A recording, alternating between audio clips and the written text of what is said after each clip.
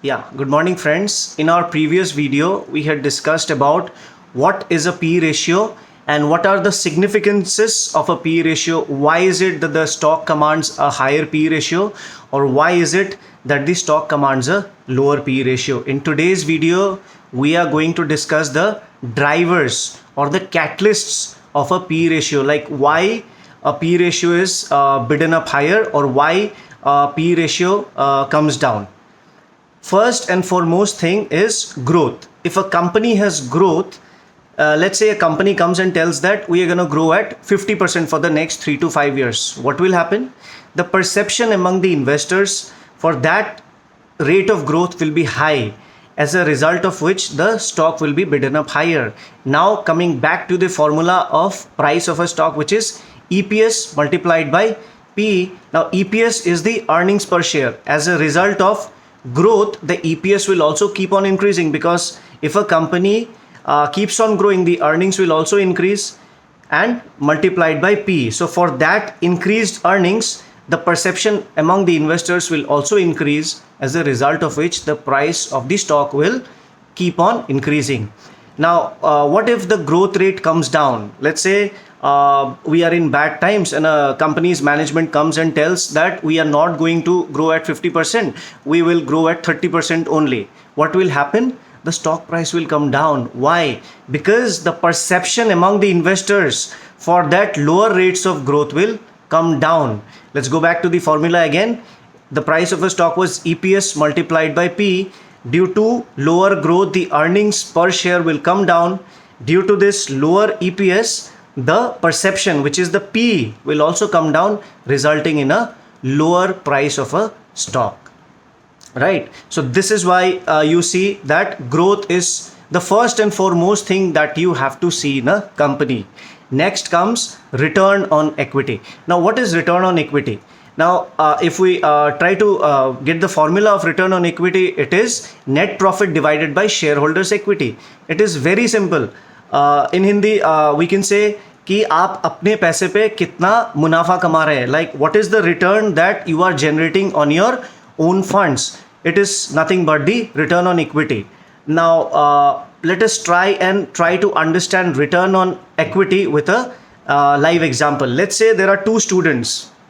Okay, one student goes to an average institution. Let's say we are talking about higher education. Let's say student A goes to a mediocre or an average institution and goes on to become the owner of a company. Okay, there is another student B, who goes to a very good institution, like good institution relative to A's institution, but he cannot go on to become the owner of a company. He just goes on to become an average employee. So you have to ask, whose return on equity will be higher? Definitely student A's return on equity will be higher. Why? Because his expenses, let's say his expenses can be equated with his own funds. So his expenses of studying in a mediocre college will be lower, but since he went on to become the owner of a company, his return will be higher. That is why student A's return on equity will be higher than that of student B. That is why you see companies that can generate a return of equity which is let's say more than 25, 30, 35% will always command a higher P. Why? Because the perception among the investors will be high because of the higher return on equity. Also, coming back to the formula, if the return on equity is higher, the earnings will be higher because the company will keep on growing, as a result of which the stock price will be bidden up higher. That is why you see companies that have a lower return on equity will always command a lower PE ratio, because the perception among the investors will be not so good, as is the case with a company which has a higher return on equity. Next comes the sector leadership. Now let's try to understand sector leadership with an example. If I ask you, which is the sector leader in the paints industry, many of you might be knowing it is Asian Paints. It has a market share of around 50% odd. Like every second home which is being painted in India, it is done by Asian Paints, right?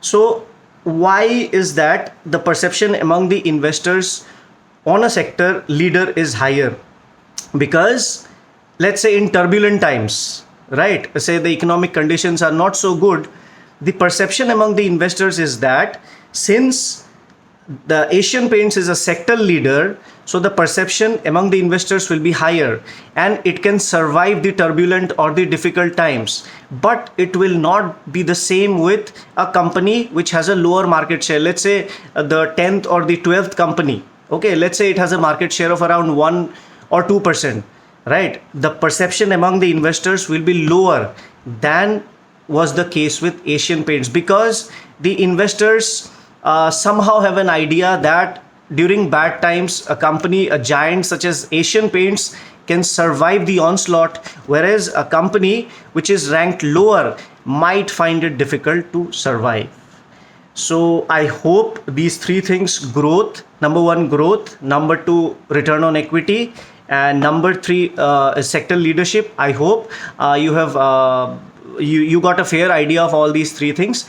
If you have any questions, please put it in the comment section. Thank you so much for watching.